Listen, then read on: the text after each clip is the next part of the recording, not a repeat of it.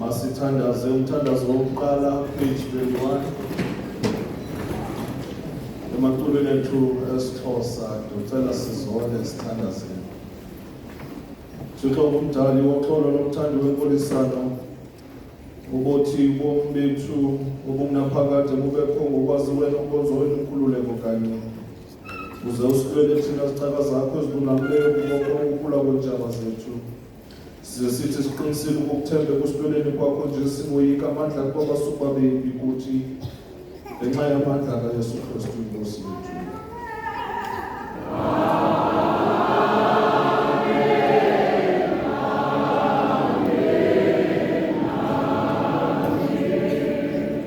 Thixo lamandla ongunaphakade okuphela wenza imimangaliso emikhulu.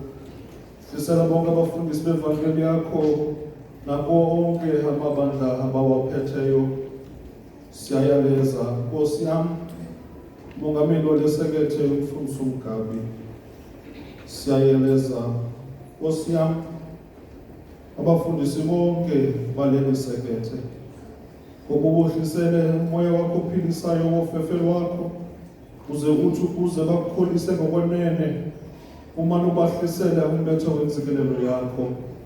Yenza ukunkosi ukuze kudunyiswe umthetheleli wethu nomthandazeli wethu uYesu Kristu.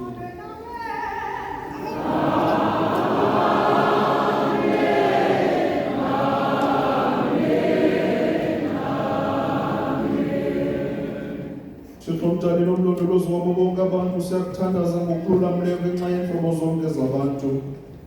Ukuba bazise indlela zakho nophiliso lwakho olulondolozayo ulwazise kuzo zonke inhlanga. Sithi ngokubalulekileyo sithandazela iRhamente engcwele kulo lonke ilizwe okokuhlala ingethamsanqa ize ikhokhele iphathwe umoya wakho olungileyo. Bade bonke abazibiza ngokuthi bangamaKristu bakhokhelelwe endleleni yenyaniso bebambe inkolo nganhliziyonye bebambisene ngoxolo behleli ngokulungileyo. Sithi ke ekugqibeleni sibabhekisele ekubeleni bakho wena Yisa wabo bonke abo babandezelwe ngeendawo ezithile emiphefumulweni nasemizinjeni nasekuhlaleni. Siyakucela okokubonwabisa ubasize ekusweleni kwabo ubaphe unyamezelo ekuthwaleni kwabo ubunzima nempumelelo esikelela kuzo zonke imbandezelo zabo. Sicela oku ngenxa yakhe uYesu Kristu.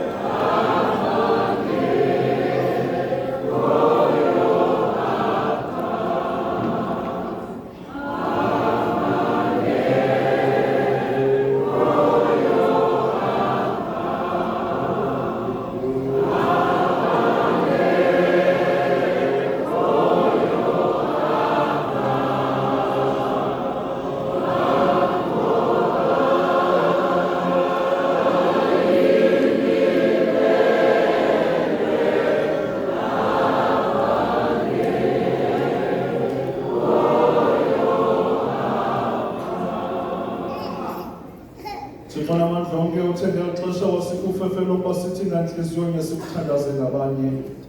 Uthe kanjalo wasithembisa ngokuba uthi kwakuhlangana ababini nokuba bathathwe egameni lakho ubaphi into abazicelayo.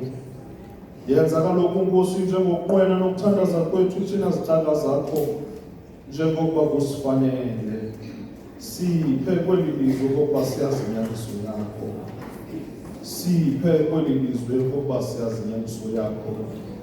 Usiphe kwelizwe elizakubakho ubomi obumnaphakade.